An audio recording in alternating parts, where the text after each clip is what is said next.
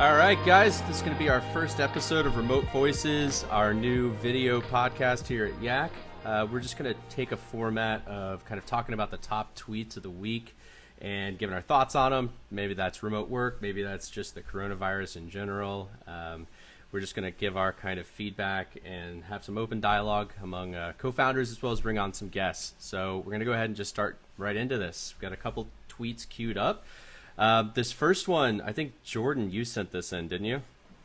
Yeah, I saw Jeff tweeted the other day, and I was like, "This is super fascinating. We have to dive into this." I think this is really cool. I love this. I think it'll be a thing. I am interested now that I have this whole setup. Like, I actually just pulled the green screen down so that I would match my background a little bit more with you guys. But I went ahead and looked at a bunch of like virtual backgrounds, and it was very interesting how bad they were. There was not like a great way to just find a background for this call. So I'm curious, like, what is going to become the standard there? Is it, like he says, some kind of like ad unit, or is it going to be a brick wall? Or apparently I could make myself look like I was in a castle. I mean, Hunter, you're more tied into the marketing side of things here. What are your thoughts? Yeah, I don't know about ads, but I definitely see it like kind of like Fortnite. You know how you could buy like skins for your guns and for your characters? I could definitely see a marketplace where you could go in. Just the other day I was zooming on mobile, and the first thing that popped up was like, do you want a virtual background? And I've never seen that before. So obviously there's somebody in the Zoom office that's like, we have to push this out because everybody's on the train right now. I was on the call with Jason Calacanis just a little bit earlier, and the associate that started the call must have had like the virtual feature turned on, but didn't have a green screen. So it was just like a black background with his body cut out. And it was just weird because it was like a disembodied human floating in black space instead of it showing like an actual green screen background. So I feel like there needs to be some rules about how we do these virtual backgrounds, because otherwise it just looks creepy, I think. Yeah, I don't know. I think it's really interesting. I'm really excited about it. It's like when Drake and Ninja teamed up and like they did that stream. It's like Ninja streaming songs now is like now how you get your song popular. I kind of think of this as kind of like the same thing. Like if you have your stuff on like somebody's Zoom background, it blows. I could see like Ninja's background like really popping off, like $5 or whatever, or like Gary Vee. He has like that bookshelf behind him instead of having like my bookshelf. It would look really cool up in a New York City skyscraper. 100%. I mean, I could see famous people like Ninja or Gary Vee taking out like an ad where they say like, I'll put your book on my bookshelf, or I'll replace the Ninja logo with like a logo of your company, and you can click it and it takes to the website. Like these guys that have audiences, I can really see it popping off. I don't know if Zoom is the right system to have ad units in, because I feel like Zoom calls are typically very internal. But I feel like for streaming similar to this, I can see it taking off. For sure. Cool. Yeah, 100%. All right, let's go to this next one. I love this one because I had a recent conversation on Twitter, but basically the gist of this is like, should we be happy during a crisis, right? How about we cool it with a celebratory tweets? Maybe just cheers your team members internally. Like the idea is like, I get it. For us as Yak, we're a remote team. Should we be happy that we have a bunch of users coming in and be like tweeting about the fact that we have new teams signing up? Or is that in bad taste because it happens to be because of a pandemic? I just don't understand this one, because it's like, what's the alternative? Either just neutral news or bad news. Like what? That doesn't seem right to me. I don't know. I disagree with this. I saw somebody the other day. Maybe it was Vlad from Webflow. I think he said like, you know, I'm going to cautiously say this, but I'm really proud of my team. And then he went into like some sort of statistic. Like you can do it in a way that's not tone deaf, but just not having any celebratory tweet when you did something that you're really proud of. It's just like, because you got to think about it from a founder's perspective. It's not just about you, it's about your team. So if you're not tweeting about it, that's also like, I feel like it's also telling your team that it's not that big of a deal. Maybe you could just do it internally, but it's like publicly saying like, I'm proud of my team. I don't know. I think it comes down to like team morale.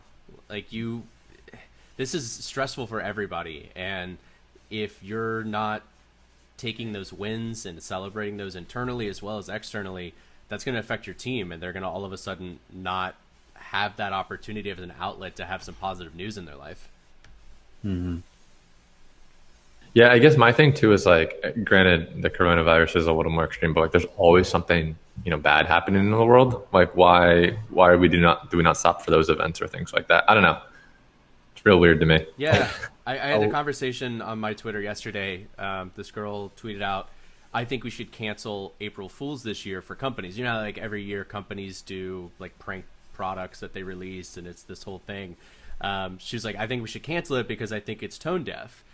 I was like, yeah, I don't think that that's the same as bad taste. Like, as long as you're not doing it in poor taste, there's an opportunity for companies to put out some light in the world, I guess, and have some fun and like release some tension. Everything's so bad news, stress oriented right now. And I think that having this attitude of like, we can't have fun because bad stuff is happening around us is just not going to help us move forward at all. I totally agree. It's like misery just breeds more misery. It's so backwards in my opinion. Yeah. So it'll be interesting to see like how this pans out. I don't know if you guys saw that McDonald's changed their logo to like the arches being separated to show like social distancing, and they just reamed them out over it. So some marketing guy got fired over that because he thought it was a really good idea. Yeah, I didn't see that, but man, No, I don't agree with that. It'll just be If it's interesting to true. see how brands deal with having, commercials are typically not depressing, and ads need to make you fall in love with a product. And if we're capitalizing on this, I mean, we've talked about this a lot internally. How do you capitalize on this moment in remote work without it seeming like we're capitalizing on strategy? And I know, Hunter, you talked to me a lot about towing the line between that, and a lot of it just has to do with language, I think. Yeah, like I said, I think it was Webflow. He started off by acknowledging the situation, but he still did it anyway. I would rather that than some. I think there's two extremes. One is just not doing anything at all, like this guy is suggesting, and the other would be to just celebrate as if nothing's happening. I think there's a middle ground, and I think at least I'm doing the best I can on our socials not to, be braggy. Like, don't get me wrong. Like, it's cool to have all the, have a great success and a great launch, and obviously have users coming in, but we know why. So it's, on one hand, you want to celebrate. On the other hand, it can definitely come off tone deaf because of the reason why it's popping up. So. Yeah, I mean, I think this next tweet, we got a couple series of Stuart from Slack. There's a whole thread where he just goes into kind of his week and day by day, what the progression of the situation did to his company. And I found a couple things in this really interesting. I mean, one, I do think he took that tone that you're talking about where he says like, look, I am a human. I am, understand that there's tragedy, but at the same time, like, I have investors and I'm a CEO and I have to run a business. And so we have to make business decisions around this. yeah. I mean, I agree. I think that's the worst alternative, is just to like totally ignore like what's happening. Like, sure, it's unfortunate in some regard, but it'd be as a business, it would be stupid to ignore what's right in front of you, in my opinion. I think that's even more tone deaf. We've got a couple things lined from him. Like, I thought this was very apocalyptic sounding. He said, quick drink snack with friends on the way home ends up being my last time in a restaurant. Like, there was no like note there. It was just last time in a restaurant, period. I mean, his thing was interesting to me because he had like a whole thread basically just showing how human he was. I can't tell if it has a political charge or not, but I think it's really interesting because, like, in his situation, he sort of plays both sides of it, because in one sense, he is a corporation. He is on Wall Street now. But at the same time, he is a human. And I think right now, a lot of people are just throwing a lot of stones towards the pandemic of like evil corporations and evil capitalism. But in this case, like, I really like that, he's addressing the issue while also being like obviously a capitalist. Like he's doing super well as in Slack. They just IPO'd, but at the same time, he's also showing that he's contributing to solving the problem. And I like that he did this because I actually didn't know who he was before he made this tweet. Oh, really? Mm-hmm. So, one thing that I found was easy before we move on to this is he talked about tracking users down to the millisecond, which I thought was crazy. So they like he screenshotted their Slack where they have like updates coming in, and it was down to the millisecond, like 10 million, 10.1, 12 million users concurrent. I guess it's concurrently online. And that's impressive. It's impressive that they can hold that amount of bandwidth and handle that. But at the same time, it's crazy to see the boon that happened because of the virus and how that affected them as a business. Mm-hmm. Yeah, I mean, hats off to them. Absolutely. I think Stuart's doing a great job with it. And again, it's stupid to try to ignore what they're doing. I think they're handling it super well. Yeah, and I think just like he said, like he has investors. He needs to be talking about these numbers. He needs to be tracking them. He needs to be public about it because they're IPO'd now. So, having this stuff is almost required, I think, for like filings. You have to say how many user numbers you have. They just had an earnings call like 3 weeks ago, I think, and they were way under their expectations. And so now, a couple weeks later, being able to say we've got 12 million concurrent users online at the same time is insanely impressive, and it's going to help drive their stock up as well. I know, Hunter, you talk a lot about even the legalities of just publicly talking about those numbers. It scares me, man. It scares me. Because you see Elon, he's always getting in trouble for stuff like that, and he says he doesn't care, but it scares me that people are just constantly throwing out like these numbers, not realizing that sometimes they have way more impact than I think they realize. I guess we'll see how it goes. Twitter has become like too colloquial. Like people just feel like it's friends talking, and they don't realize the impact of it being like public record. Mm-hmm. Yeah, 100%. All right, so I love this next one. For me, this was something I was talking about with my wife last week. She told me that the CEO of Marriott, I think, took half salary. Oh, and the owner was taking half salary, both of them, so that they could afford to pay hourly employees. And one of the things that I said was, this moment in time is going to define companies. It's going to be the make it or break it moment, depending on how they deal with it, depending on if they furlough employees, if they pay their hourly. I think Amazon right now is getting a lot of flack because they weren't paying hazard pay for a little bit, and they were requiring everybody to continue working in the warehouses. And, likewise, I think Hilton today announced their CEOs foregoing all of his salary. I think it was like $30 million or something.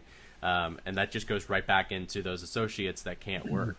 But I'd love to know your thoughts on, like, I think this tweet encapsulates what my thoughts were, that this is just going to define their brand. But I'm wondering if you guys have seen what other companies are doing or what your thoughts on it are. Yeah, I mean, in general, I totally agree with this. And you guys both know me, like I'm a huge like people person first, and I'm a huge fan of this. And yeah, I mean, I agree because I think legacy is what ends up being what's most valuable in building brand. Sure, the product's important, but like if you're a horrible person or a horrible company and you get a bad rep, it's really hard to overcome that. So yeah, I mean, I think this is what builds brand over the course of time and not just like gives you quick wins. I think this is super important. Hunter? Oh man, this one's got me on the fence. Because when you look at 2008, there were several companies, I think GM was one of them, that was like, if you stick with us and you take a pay cut, or maybe it wasn't, you just don't get your pay raise, then we'll make it back up to you later on.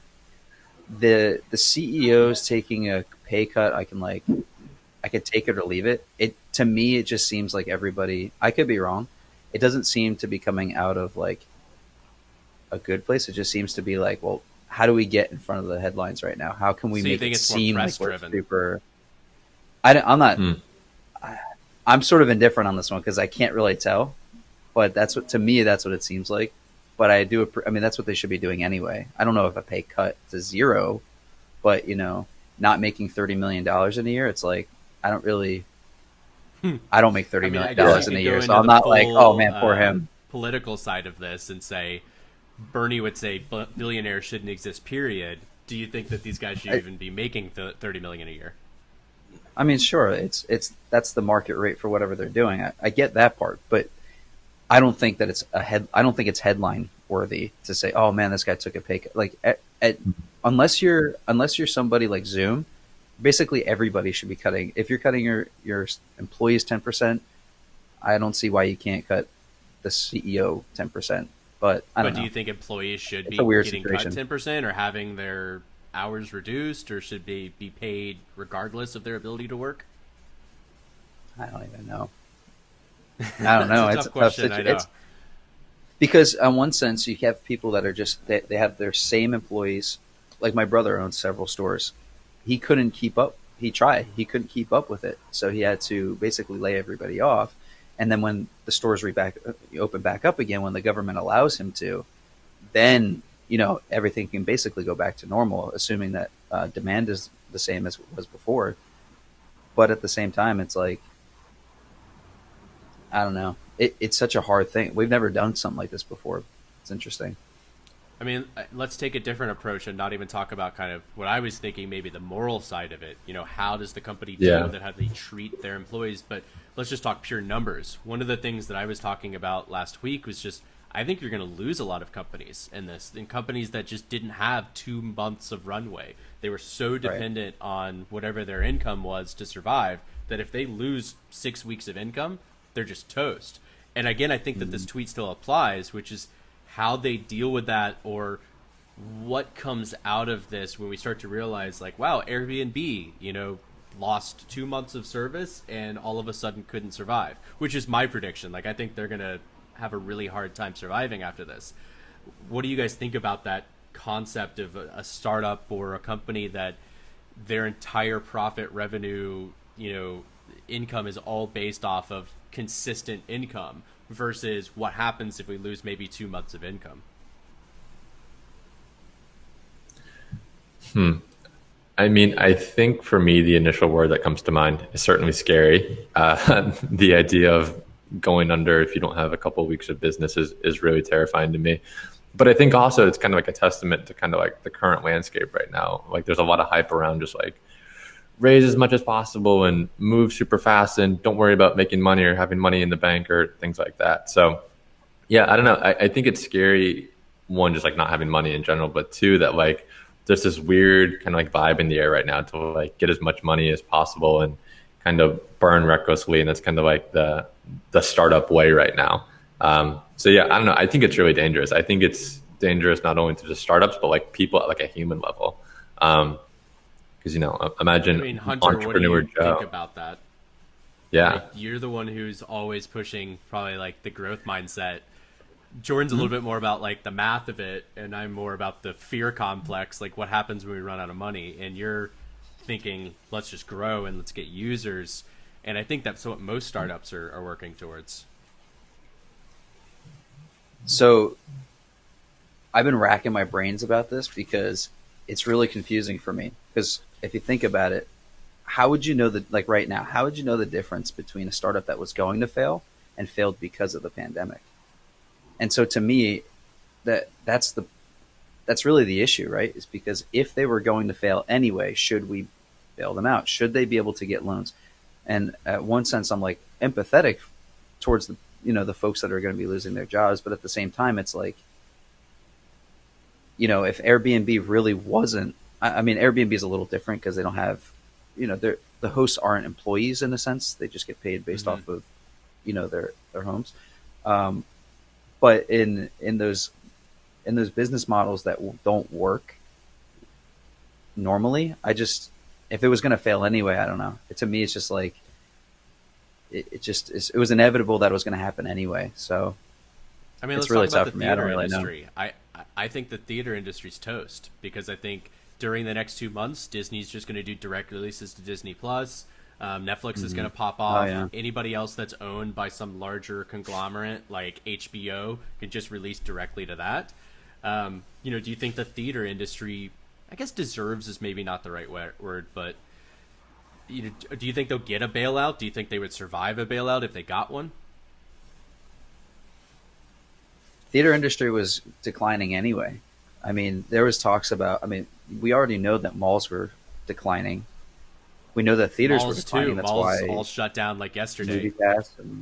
Movie Pass shut down not too long ago. I mean, I just don't see these companies coming out of it anyway. They probably will get a bailout because you obviously need those stores and those employees, but I don't know. It's I tough. think the employee question is really interesting for the movie theater industry. They're 100% based off of people coming into a physical location. All those employees are out work right now, and there's no way that profit margins are high enough that the theaters could continue to pay them. What's really interesting to me is, so the day the government is like, all right, everybody, you can go back to normal life and do things as normal. Do you think these businesses will still be impacted because everybody will still have some sort of like hesitancy to like go to a movie theater? I know for me, for example, for probably at least a month after, I'll still be kind of timid to go out to these public places. So I'm curious what y'all's thoughts are. Well, you did that live with Hunter yesterday, and I think somebody asked like if you were buying stock in GameStop. And I was like, GameStop's going out of business. So they announced yesterday 300 stores are closing. Oh, wow. Yeah, see, but GameStop was already... Not just for this. Yeah, I think GameStop was already closing. But, I mean, to answer your question, Jordan, I saw LeBron James just said that he's never given somebody a high five again. I know. He's obviously not serious about that. But it would be funny, though, because, like, 2 months from now, I don't think I still won't be high-fiving people, giving people handshakes. Right. It's going to last a long time. This isn't going to be, okay, government says it's healthy, that therefore we're going to all, go back to normal life. I don't think that's going to happen. Yeah, I'm really interested in that. There's definitely going to be at least like an awkward 2 month period where everybody's kind of like, all right, what do I do now? Like, what's socially acceptable? What's not going to get me sick? Yeah, I'm super interested into that. So what do you think malls and movie theaters will become? Gyms and what do you do with a mall? We already have abandoned malls here in Orlando, and they're just sitting there doing nothing. Gaming. Yeah, gaming. Now esports? that I'm not a huge esports fan, but you're the one who thinks it's not sports. I don't think that's a different conversation. But there's a huge opportunity right now for e-gaming. To go into movie theaters. 100%. I mean, a great example is, remember when we were in Las Vegas earlier this year and we were at the Razer store and they have those Razer setups where you can just go in and like practice like Fortnite or Apex or COD or something like that. I think we'll see something like that. Literally just like a gym dedicated to like esports. Gym. Oh man, that's crazy. Or whatever we want to call it, an arena. Don't even call it a gym. Gym is where you work out, Jordan, not where you sit down behind a keyboard. Dude, you got to work. Am I in my home gym now? Basketball. Listen, okay. Well, at least it's documented. Well, Jordan, that's a great example, though. We're working with some clients right now that are working on some live stream gym combo stuff, and I already had a gym owner that's a personal friend of mine reach out and say, how do I do live streaming because we are losing all of our memberships? And I even talked to my trainer at my local gym, and he said people aren't like just pausing for 2 months. Like we had a line out the door of people just straight up canceling it. Yep. Wow. That's big. I see people on Instagram live now, or live stream on Instagram. Trainers an LA instructor doing Instagram live because couldn't obviously go to the studio. I think that I don't know that gyms will suffer because I still think that equipment has a huge factor, but I do think there's going to be something that rises up in this meantime that enables work out at home. That's work from home for gyms, because I think that there's going to be such a long period of time that the gym suffers that they're going to have to find some alternative. Like I square cashed my trainer $30 and took a photo of the equipment that I have upstairs, and he built a routine around just like what I own at home.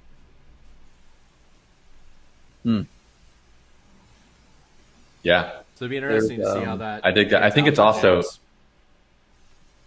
Yeah, I mean, it's also definitely forcing people to kind of work with what they have now. Like, I mean, even when I go outside and like go on a walk in my neighborhood, like so many people are out just like walking or even doing push-ups just like on the ground or something like that. So yeah, I think a bunch of people are also kind of rediscovering like I don't necessarily need a gym to work out. It's nice, but like I can do it on my own too. So yeah, who knows? It'll be interesting to see what But happens. I think that's an interesting thing that will come out right there is necessity versus desire. You know, Oh things yeah. you're like, did I need a gym or could I have technically done it at home this whole time?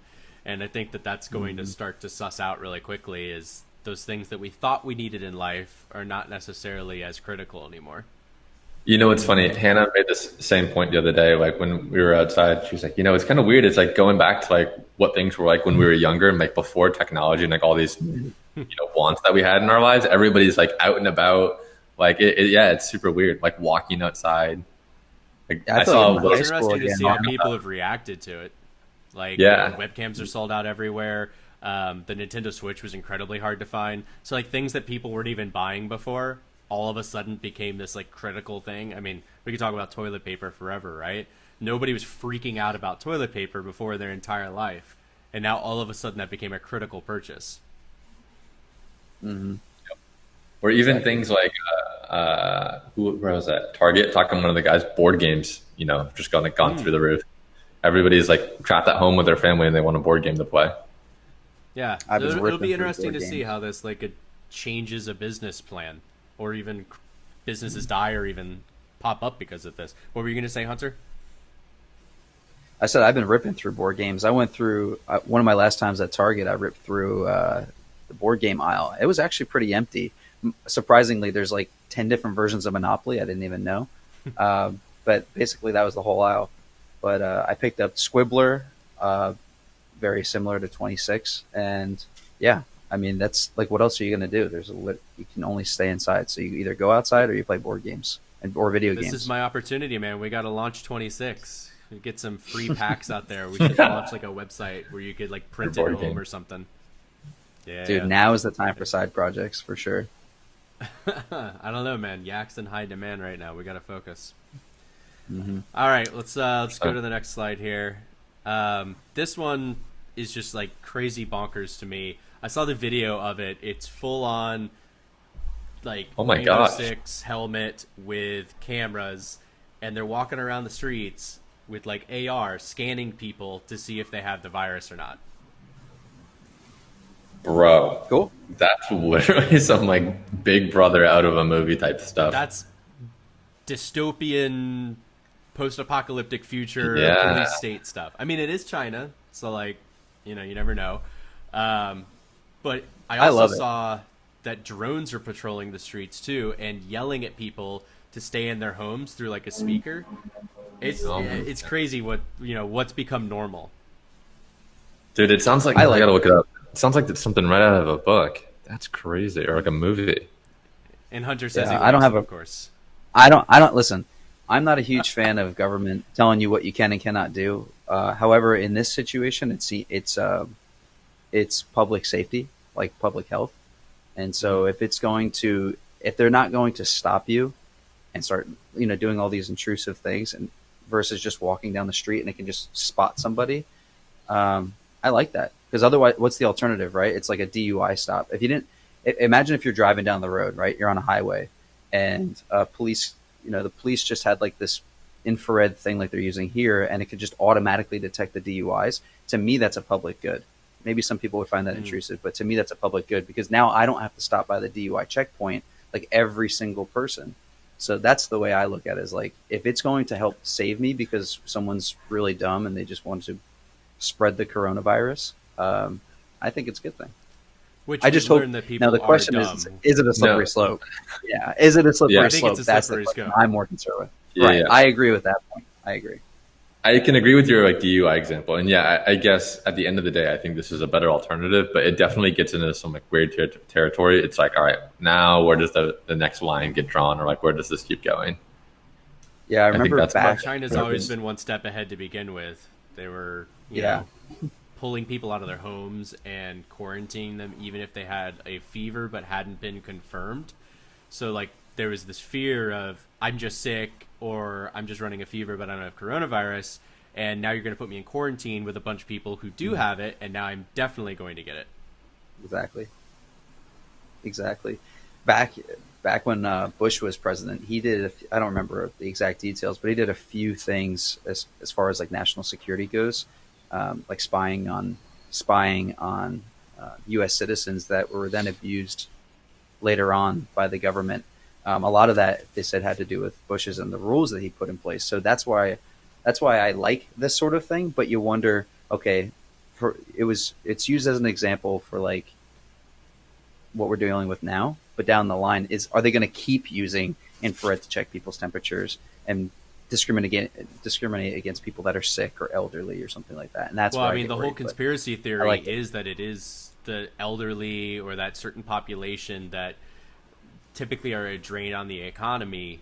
That's where this virus came engineered from. I mean, not to get into conspiracy theories, but it does certainly set a precedent that you could start to detect someone is of lower health, lower quality of life. Now, therefore, they're not necessarily as important as somebody else.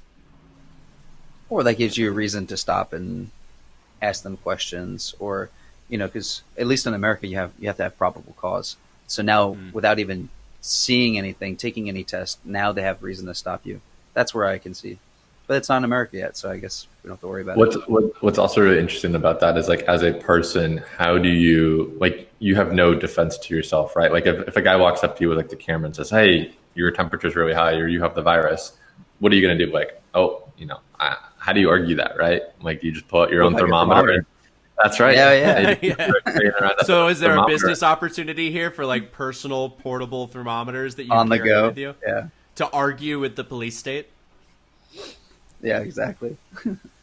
I mean, I know there's a whole discussion just around face recognition on phones because it's a passive unlock technology where you can just like point a phone at somebody's face and unlock it. And I feel like this is very similar, is that you don't have the ability to block it or stop it from happening, and therefore it's kind of an invasion of privacy. I mean, the same thing they're talking about in facial recognition. That's why there was like a whole thing around like wearing specific masks that like mess up facial recognition. I'm wondering if something will pop up around this where it's like, I don't know, you wear clothing that like throws off your temperature or something. Mm-hmm. Yeah, it's interesting. I'm gonna bathe myself in blood every time I go somewhere. All right, we'll take that as our opportunity to skip to this last one.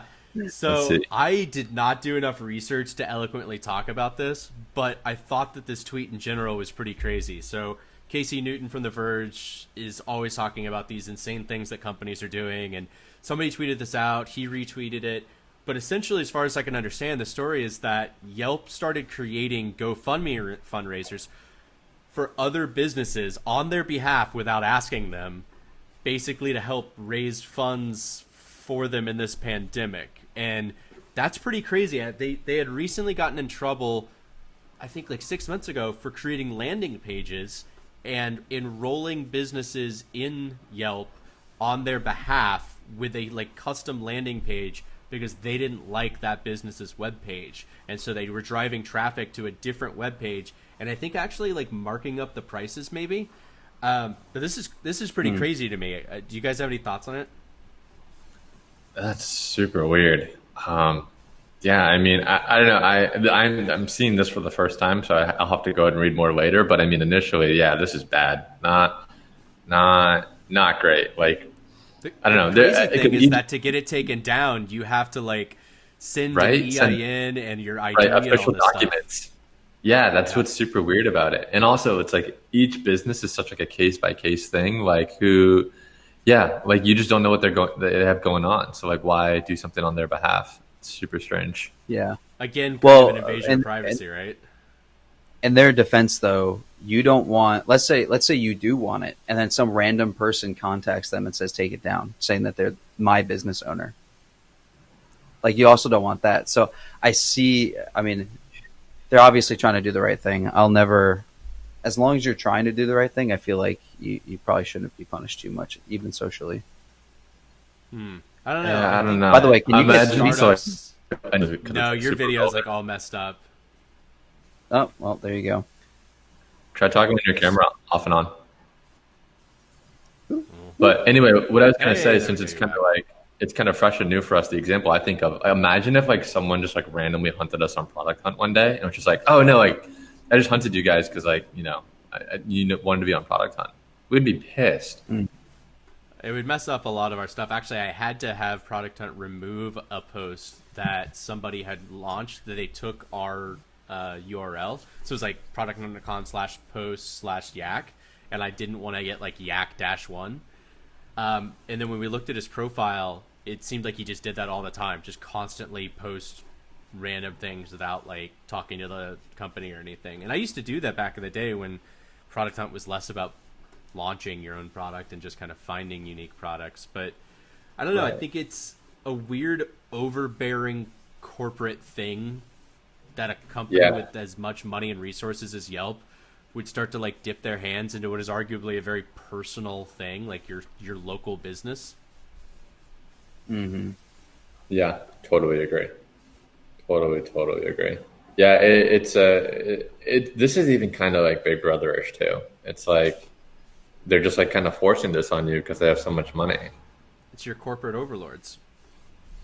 Yeah, overlord is a good word. I like that here. Yeah. I'm gonna start using Well, that I more in think daily life.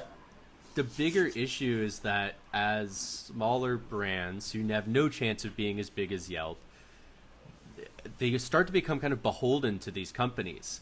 And I've heard that especially of small businesses with things like DoorDash and Uber Eats, where they just like they can't afford a delivery force. People expect things to be delivered, and they have to just be on Uber Eats. They have no option. And so if that eats X amount of revenue for them or profit, they just have to take it because otherwise people will be upset they don't offer delivery. Mm-hmm. And I feel like this is a Yeah. very similar thing where Yelp is just like using their big fist because they can, and there's nothing that they can do about it because you can't afford to not be listed on Yelp. Yeah, it We'll have is. to follow It's up super weird. on the next one. What'd you say, Hunter?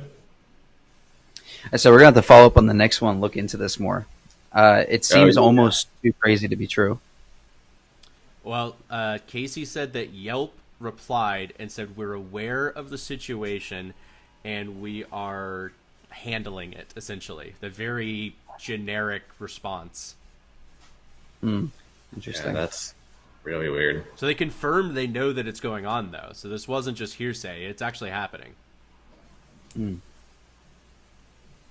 Yeah, not great. Not great. Well, cool. That was our last tweet. And what, we hit like 40 minutes, a little bit longer than needed or desired. But we'll do more of these in the future, guys. Anybody who tuned in, appreciate it. Anybody watching on the replay, give us some feedback on the format, the length.